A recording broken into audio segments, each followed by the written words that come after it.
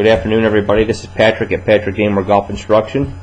Today, folks, we got the #1 player in the world on the operating table, Rory McIlroy, and we're going to go over his swing and see what he does right. More importantly, see what he does wrong. And no matter how good your golf swing is, folks, I've not seen one yet that's perfect. His cosmetically is perfect. I mean, all the announcers gush over it, and I do too. It's a great-looking golf swing. Fundamentally, does a lot of things right. It's hard to find something wrong in his swing, but when he's on the operating table, we can. That being said, he doesn't do a whole lot wrong, which allows him to be #1 in the world. He hits the ball a mile. He hits it fairly straight. His mental game is sharp. He's very patient. His short game's good. And he is just a very, very mature beyond his years. Allows him to climb to #1 in the world. Will he stay there? We'll find out. Now Rory is not a big person. He's about 5'11", maybe 6 foot, maybe 5'10", somewhere in there. But for someone of that stature who hits the ball as far as he does, and folks, he hits it far. I mean, he's top 5 in the world in driving distance because he generates club head speed.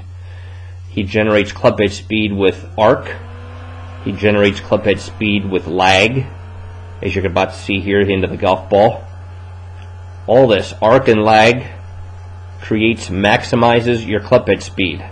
Now the scary thing is, imagine if he was 6'4", how far he'd hit it. Folks, he's 5'11" and airs the ball, I think, almost 294. That's his air time, not to mention plus his roll. That's a long distance for someone 5'11". That's maximized. Now there's trade-offs to that, folks. A lot of trade-offs to this. Obviously, accuracy. He's never going to be a top 10 in fairways hit. If he is, he's going to have to change his swing drastically. Well, not drastically, but quite a bit. Anytime you get a lot of club head speed, folks, you'll rarely find these people top 10 in the world in driving accuracy. But in Rory's case, that's the way the game is nowadays. It's hit it a mile and develop your short game. And with the club technology and the ball technology, it's for people of this caliber, it's hard to hit the ball big time crooked to the point where you can't find it with the technology we use today. So this is the way the tour is going, the way the world golf stage is going. It's hit it far and allow the equipment to keep the ball in play, and of course develop your short game. Now, Rory, like I said, let's get over here on the left for a second. Lots and lots of lag. What do you mean by that? Well, let's see where he's at the top right here, folks. He's about there, about 84 degrees. Let's get him halfway down. He's at 50 degrees. Now this camera angle is skewed with that 50 degrees. If this camera angle was more on top looking down at him, that's a true representation of where his angle really is. I would venture to say it's not quite 50 degrees. It's probably closer to 65, 70. My point being is his wrist set, or his angle at the top, has increased slightly to start that forward swing. That creates lag. And if we continue this into the forward swing up to the impact, you're going to see that's a lot of lag. Now he's at 70 degrees. See, his wrist set has increased during the forward swing up to impact. And you show me someone who does that, and I'm going to tell you someone who hits the ball very far, and he does. I'm also going to tell you that if you show me this, I'm going to see a gentleman with a narrow forward swing arc. And what I mean by that is this. He attacks the ball a little too steep and not shallow enough into impact. And on the right here, I'm going to show you what I'm talking about.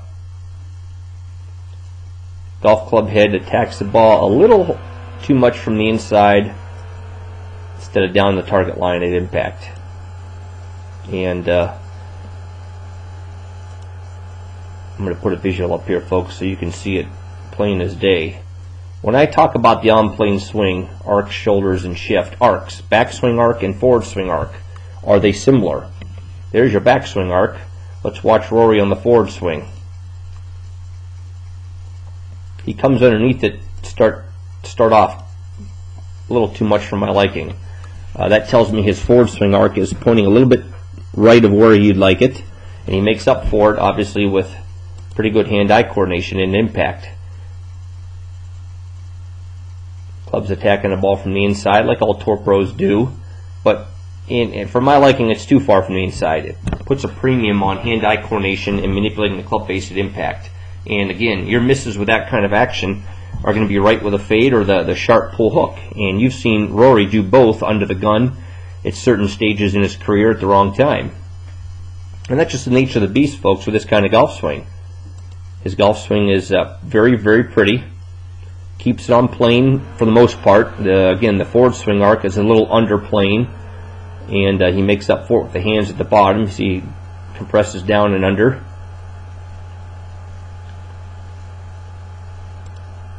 But again, his misses will be right with a fade or usually sharp hooks. Now let's get him back over here on the left. Let's look at shift.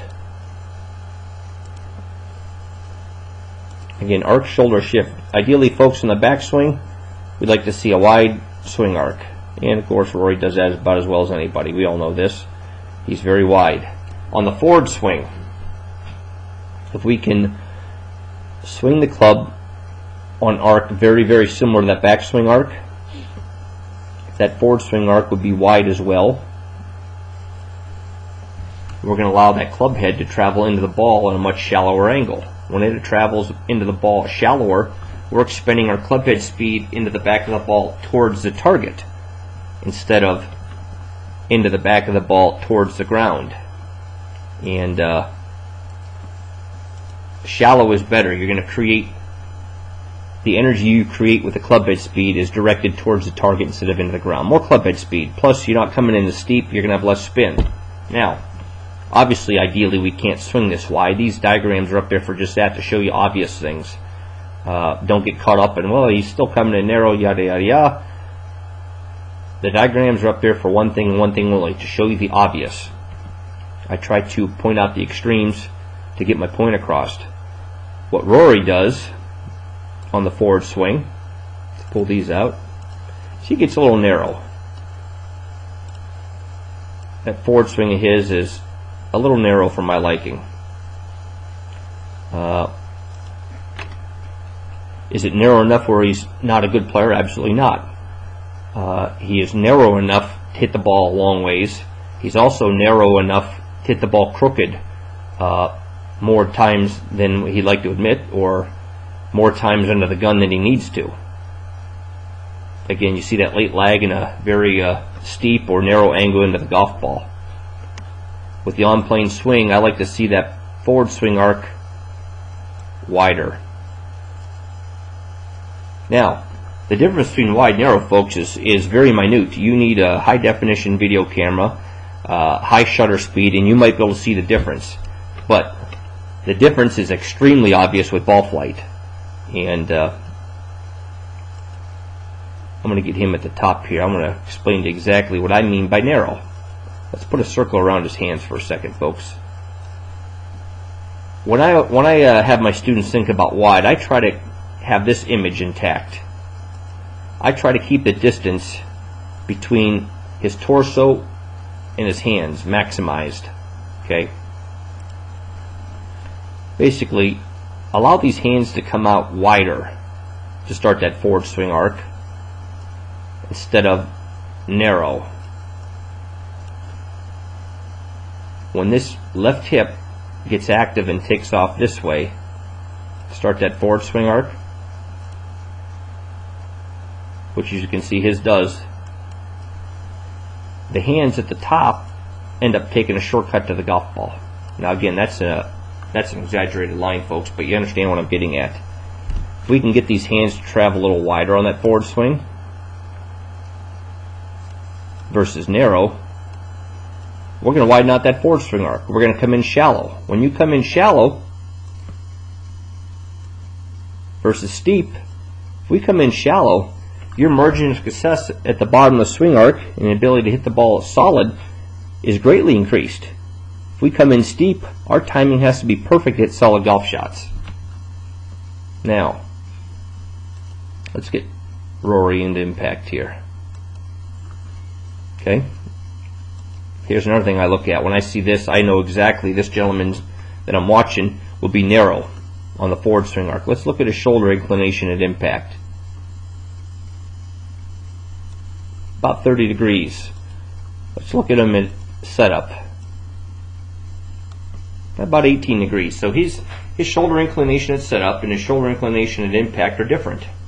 And that's a lot too, folks. That's about 12 degrees. That's different. And I'm going to bring up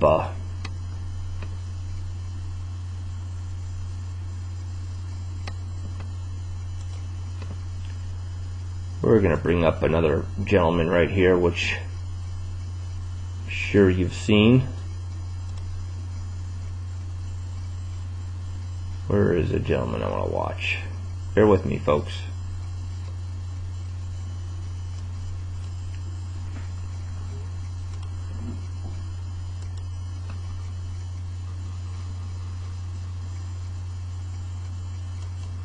Here's the one.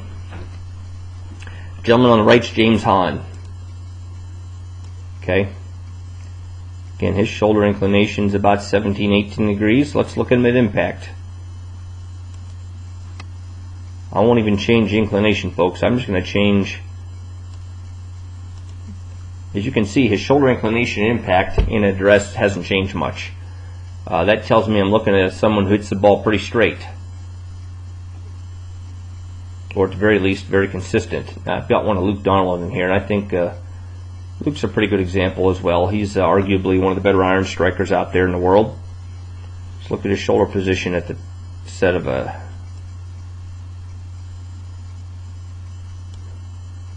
15 degrees. Let's see where he's at impact. Again, hasn't changed.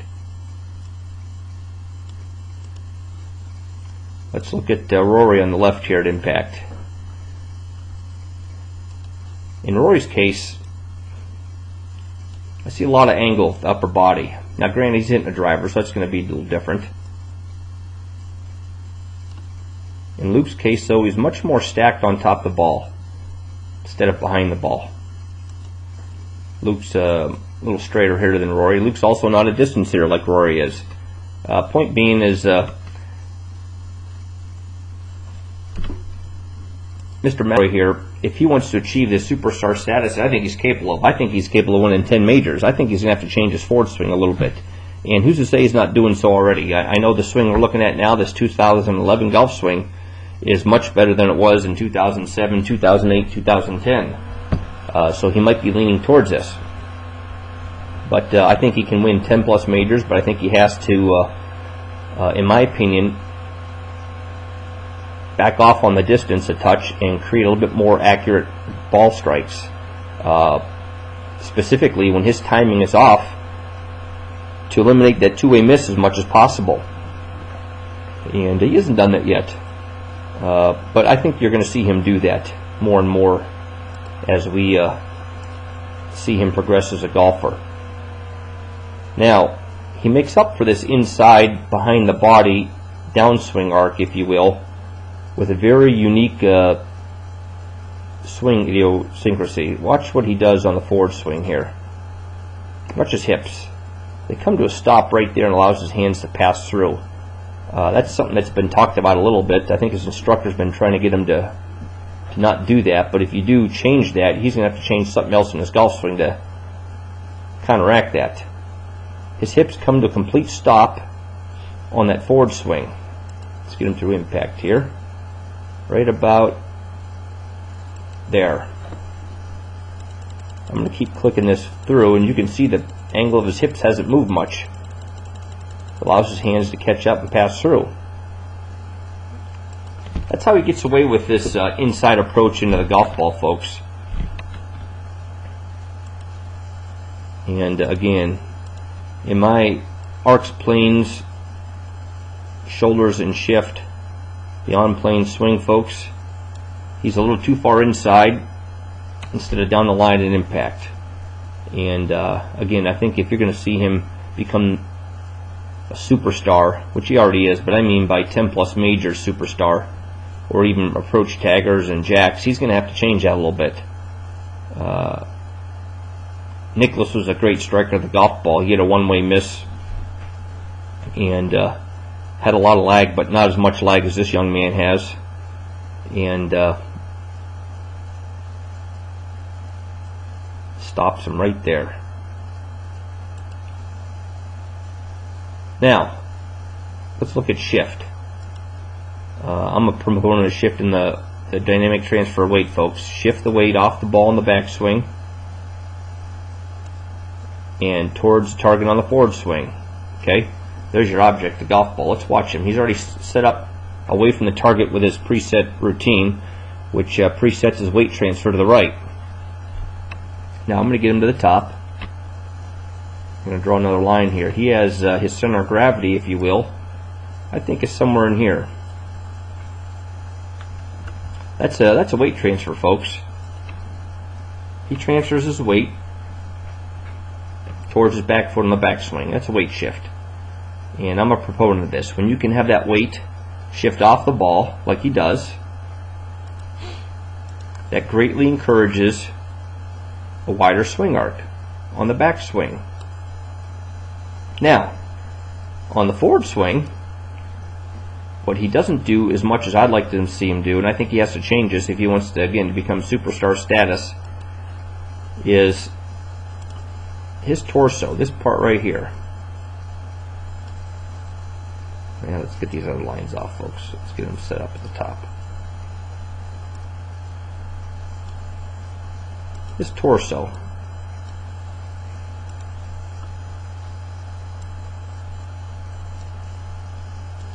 There he is at the top. He moved off the ball ever so slightly.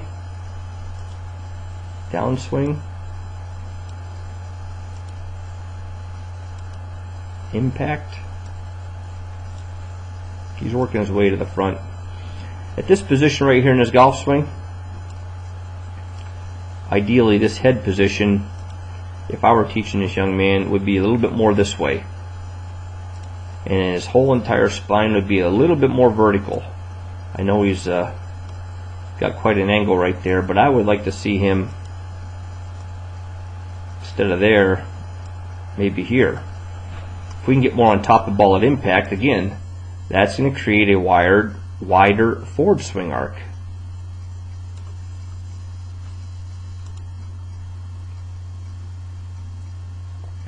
And he finishes a golf swing.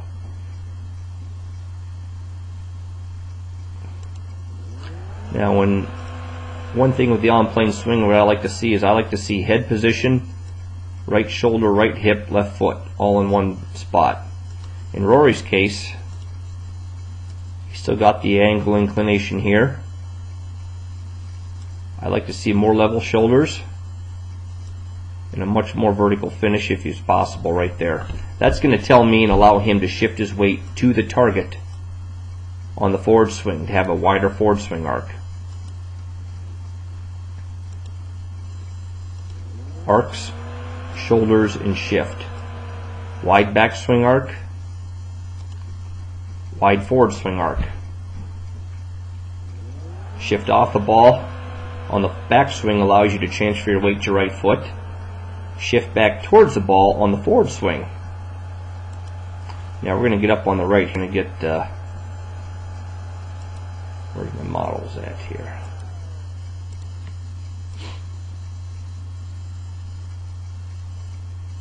Alright, bear with me. Here's a young man, Nick Watney. Now he's a very good example of the on-plane swing. We're going to get Nick at the top. Alright.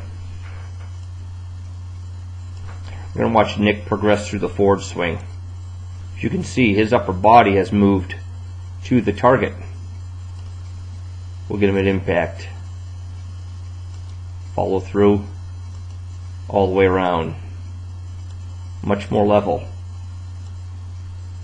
Now, what I'm looking at on the right is a golf swing that's not as dependent on hand-eye coordination.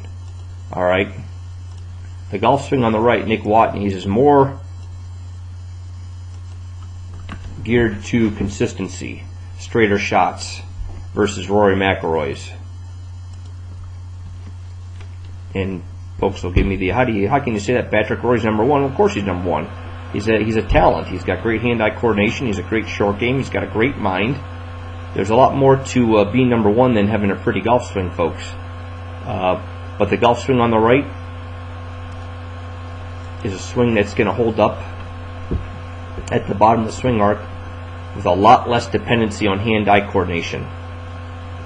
Let's get Nick Watney again to the bottom of the swing arc here.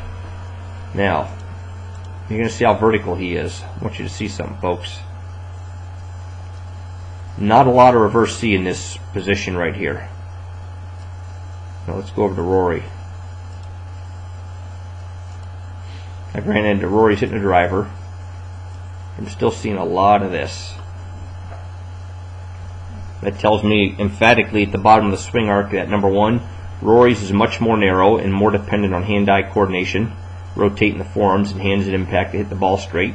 Rory's going to have a two-way miss more often than the gentleman on the right, Nick Watney. Nick Watney's very level at impact. Let's get little lines. I'm going to do my other test here. Let's look at your shoulders at impact. 15 degrees. Let's look at Nick Watney at the... See, I'm not going to change this angle, folks. Alright. Nick Watney on the right's a very good example of the on-plane swing. Nick Watney would develop his short game if he'd develop his ability to stay in the moment, so to speak, under stress. You might see him win some majors in a lot more tournaments. Alright? The fact is, Rory McIlroy's been playing golf since he's a kid and winning at a grand stage since very young years. Long story short, he's more comfortable under the gun, folks. That's a huge advantage. I mean, Tiger has it too. Much more comfortable under the gun mentally than most people. That makes up for a lot of flaws in the golf swing. Now again, Rory doesn't have a lot of flaws. I do think he is way too narrow on that forward swing. Puts too much of a premium on his ball striking with his hand, eye, forearm coordinating at impact. I'd like to see him get his upper body moving to the target a little bit more, up through impact into the finish. And you'll see him become a more consistent golfer. Folks, I'm Patrick Damore Golf Instruction. If you'd like to get your swing on the operating table here like Rory McIlroy, I'll diagnose your problems, your critical errors, and set forth a plan of attack, plan of action. Make you a better golfer. If you have any questions, give me an email, and good day.